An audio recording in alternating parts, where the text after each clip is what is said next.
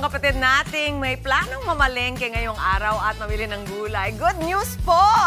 Yes! Bababa ngayon ang presyo ng gulay sa ilang pamilihan gaya ng Muñoz Market. Kaya naman, agad na lumaga si Laila dyan para kamustahin yan.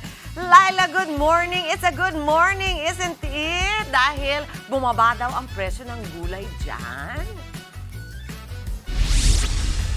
Yes! Totoo yan, Mami Chiki! Good morning sa inyo! Good morning! Mga kapatid! Ang ingay na naman natin dito sa Muñoz Market. Mas maingay pa ako sa mga nagtitinda. O hindi ba? Tama ka dyan, Mami Chiki. Maraming gulay ang bumaba. Kaya ang sarap-sarap magluto ng laway. Ang sarap-sarap magluto ng chop suey. Ang sarap-sarap din magluto ng dinengdeng. Kasi nga, halos karamihan ng mga vegetables natin, whether it's upland o di naman kaya yung ating mga local varieties, ay talaga namang bumaba ang presyo. Yun nga lang, meron tatlong main character na walang pakisama sa buhay.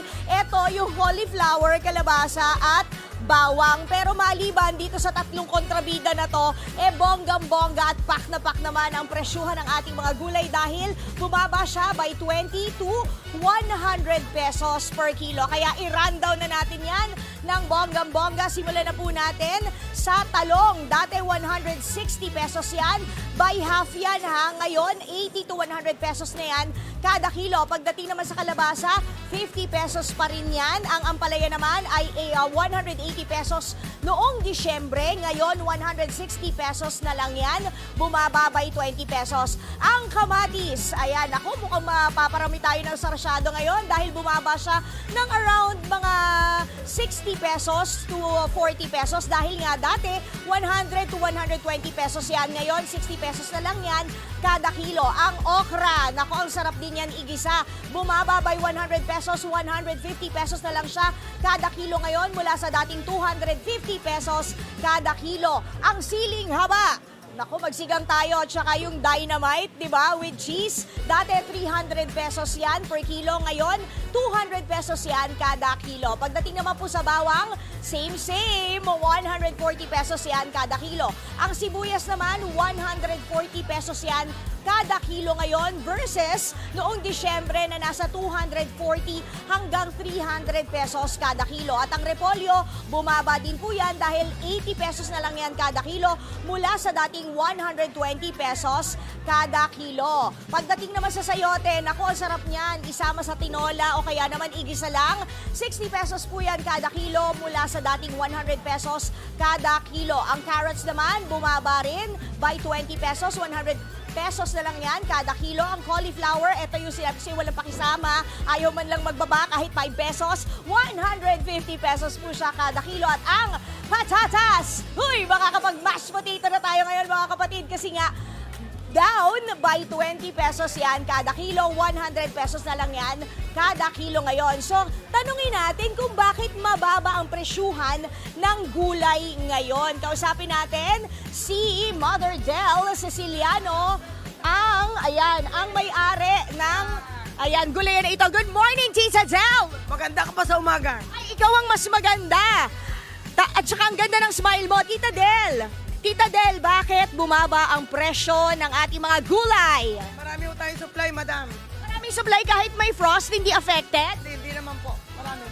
Okay.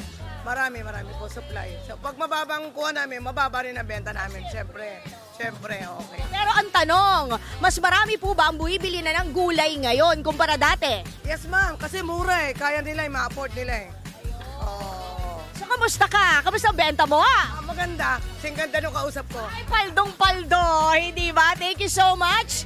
Tita Del, ayan, bonggang-bongga lang. Ay, Mami Shiki, ano ba ang gulay na gusto mong ipabili, ha? Para masaya, ibibili na kita. Pero bago natin tuluyang, bago tayo tuluyang magpaalam, alam niyo, uso talaga yung mga geng-geng ngayon, di ba? So, Mami Shiki, eto na ang joke natin for today. Saang grupo ba belong ang labanos, ang sile, gano'n na rin ang gabi at ang kangkong? Wala, parang pangbahay kubo. Anong geng-geng yan, Lai? Eddie! Sini geng-geng! Very good ka dyan. Very good ka Okay, dyan. attorney na. Balik na sa Talaga inyo sa nakikisabay. Oy, alam mo, Laila, nakakatuwa yung balita mo. Nakita ko yung sayote, halos nangalahati yung presyo. Ano ba yung mga... Yan, ang sa sarap- giniling, Oo, mama. oo. Pwede Tama sa ka dyan, isda. Mami Chiki. Naku, yung sayote yan, mamakyaw kayo kasi di ba layan yung matagal bago mabulok. Kaya pwede kayo talaga mamakyaw. Damihan nyo na yung pagbili nyo habang mababa. ang Totoo ka presyo. dyan. Kahit ilagay mo sa rep. Yan. Correct ka dyan, Maraming Mami salamat. Chiki. Gusto mo ba? Bibili na kita. Yes, thank you, Laila.